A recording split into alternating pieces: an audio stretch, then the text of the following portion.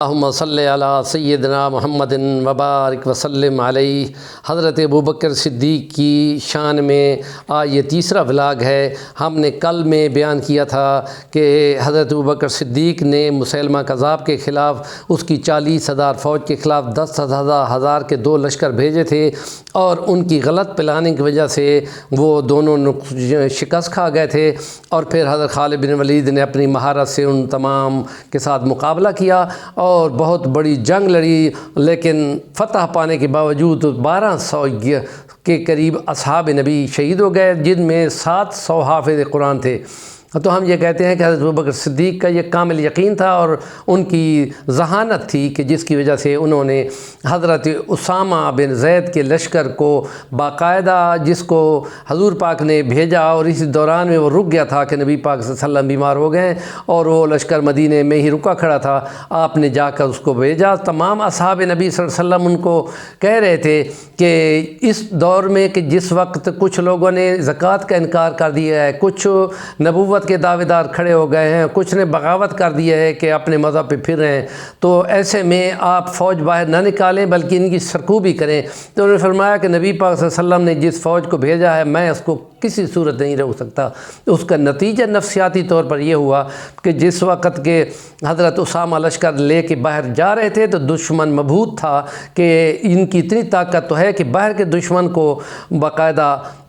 روندنے کے لیے جا رہے ہیں، تو ہماری کیا پوزیشن ہے۔ اس طریقے سے نفسیاتی طور پر وہ تمام باغی دب گئے اور منکرین زکوٰۃ بھی سیدھے ہو گئے، اور مدعیان نبوت میں سے کچھ ویسے بھاگ گئے، کچھ توبہ طائب ہو گئے، اور مسیلمہ کذاب کو تو باقاعدہ کاٹ دیا گیا اور اس کی بہت بڑی فوج تھی وہ مار دی گئی۔ اس طریقے سے ہم کہتے ہیں کہ حضرت ابوبکر صدیق نے اپنے کامل یقین سے یہ عبور کیا۔ لیکن اب یہ مسئلہ پیش آیا کہ انہوں نے کہ قرآن مجید کو یاد کرنا وہ خطرے سے دوچار ہو گیا ہے کہ 700 اگر وہ حافظ قرآن جن کے سینے میں قرآن محفوظ ہے وہ شہید ہو جائیں، تو اب اگر اسی طرح خطرہ موجود ہے کہ صحابہ شہید ہوتے رہے تو قرآن مجید تو ان کے سینوں میں محفوظ ہے، تو اس لیے مشورے میں یہ طے کیا گیا کہ قرآن مجید کو 2 جلدوں کے درمیان میں مرتب کر دیا جائے، اور اس کے لیے انہوں نے ایک زیادہ سٹینڈرڈ والے صحابی کو جو حافظ قرآن تھے، زید بن ثابت انصاری، یہ اور 2 اور حفاظ کو ملا کر کمیٹی بنائی گئی، اور تمام لوگوں کے پاس جو کچھ بھی لکھا ہوا موجود تھا، کسی تختی کے اوپر، کسی چمڑے کے اوپر، کسی اونٹ کے کجاووں کی لکڑیوں کے اوپر، یا اونٹ کی لمبی پسلی ہوتی ہیں ان کے اوپر لکھا ہوا تھا، ان کا نام آتا ہے الگ الگ چیزوں کا، وہ تمام چیزیں لوگوں سے لے لی گئیں، اور پھر باقاعدہ سورۃ فاتحہ کو پڑھا گیا اور تمام قاریوں نے بار بار پڑھا، اور پھر اس کو لکھا گیا کسی چیز پر، یوں کہو کہ باریک چمڑے کے صفحے بنا دیے گئے اور ان پر لکھا گیا، 2 جلدوں کے درمیان میں باقاعدہ لکھ کر مرتب کر لیا گیا، اور پھر ان کی کاپیاں بنائی گئیں، اور پھر حضرت عثمان غنی کا جب دور آتا ہے تو اسی قرآن مجید کو لے کر وہ دوبارہ کہ اس کو اب قریشی لہجے پہ جمع کیا جائے کہ نبی پاک صلی اللہ علیہ وسلم نے تمام لوگ عرب قبائل کو اپنے اپنے مختلف 7-8 لہجوں میں پڑھنے کی اجازت دے رکھی تھی، لیکن اب چونکہ باہم اختلاف ہو رہا تھا تو اس لیے انہوں نے یہ طے کیا کہ حضرت زید بن ثابت انصاری ہی قریشی لہجے پر اس کو مرتب کریں، اور تمام لوگوں کو کہا گیا کہ کسی کے پاس کوئی لکھا ہوا نہیں ہونا چاہیے، اور جسی کی پاس ہے وہ جمع کرائیں۔ حضرت عبداللہ ابن مسعود رضی اللہ تعالیٰ عنہ جو بڑے پڑھے لکھے صحابی تھے ان کے پاس موجود تھا، وہ دے نہیں رہے تھے۔ حضرت عثمان غنی نے زبردستی ان سے چھینا تھا، اور پھر ان سے لے کر قرآن مجید کی 7 کاپیاں بنائی گئیں حضرت نبی پاک صلی اللہ علیہ وسلم کے قریشی لہجے پہ، اور یوں قرآن مجید کو مرتب کر دیا گیا، اور 7 صوبوں میں ان کو بھیج دیا گیا کہ جس نے لکھنا ہے اب اسی کے مطابق کتابی صورت پر لکھ دیا جائے۔ تو مستشرقین یہ الزام اگر لگاتے ہیں کہ نبی پاک صلی اللہ علیہ وسلم کے بعد قرآن مرتب کیا گیا تو ان کی غلط فہمی ہے، وہ اس کو چیک کر لیں کہ نبی پاک صلی اللہ علیہ وسلم کے اوپر اترا ہوا قرآن مختلف چیزوں پہ بھی لکھا ہوا تھا اور تمام اصحاب کے سینوں میں بھی محفوظ تھا، تو اسی کے مطابق اب وہ مرتب کر دیا گیا۔ اور ان کو اپنی بائبل کا حال دیکھنا چاہیے کہ 70 بائبل میں سے ان کو انہوں نے 4 کو کلیکٹ کیا، میز کے اوپر رکھ کر میز کو ہلایا تو 4 بچ گئے، ان کا یہ 4 اصل ہیں۔ اسی طرح ہندو مذہب کی 4 ویدیں ہیں،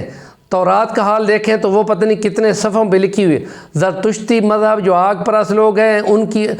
کتنی 40,000 گائے کی کھالوں پر لکھا ہوا، تو کون پڑھ سکتا ہے، کون یاد کر سکتا ہے؟ یہ قرآن مجید تو چھوٹے سے ایک بچے کے سینے میں بھی محفوظ ہو سکتا ہے. 6,666 آیتیں ہیں، 30 اس کے جزو ہیں، اور 1 سال کے اندر بھی بچہ حفظ کر لیتا ہے.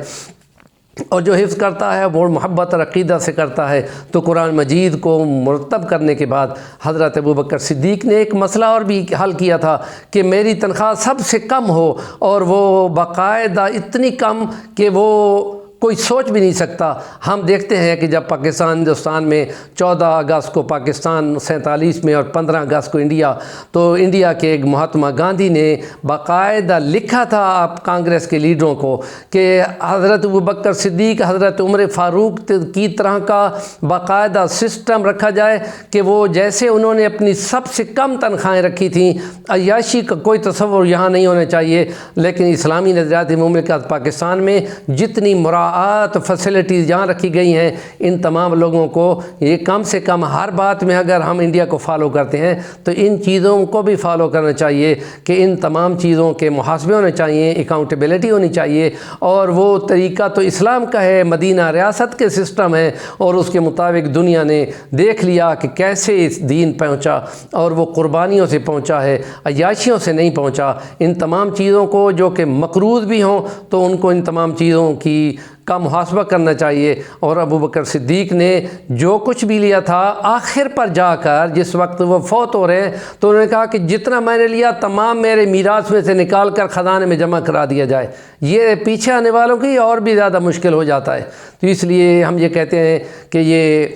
حضرت ابوبکر صدیق کا صدیقیت کا مقام ہے کہ انہوں نے نبی پاک صلی اللہ علیہ وسلم کے مشن کو مکمل کیا. ہمارا یہی ان کی اتباع میں جانا بہت زیادہ ضروری ہے. ہمارے چینل کا نام ہے صفی الرحمن الوانی، ضرور سبسکرائب کر لیں، اور اگر کمنٹ کریں گے تو آپ کی مہربانی ہوگی.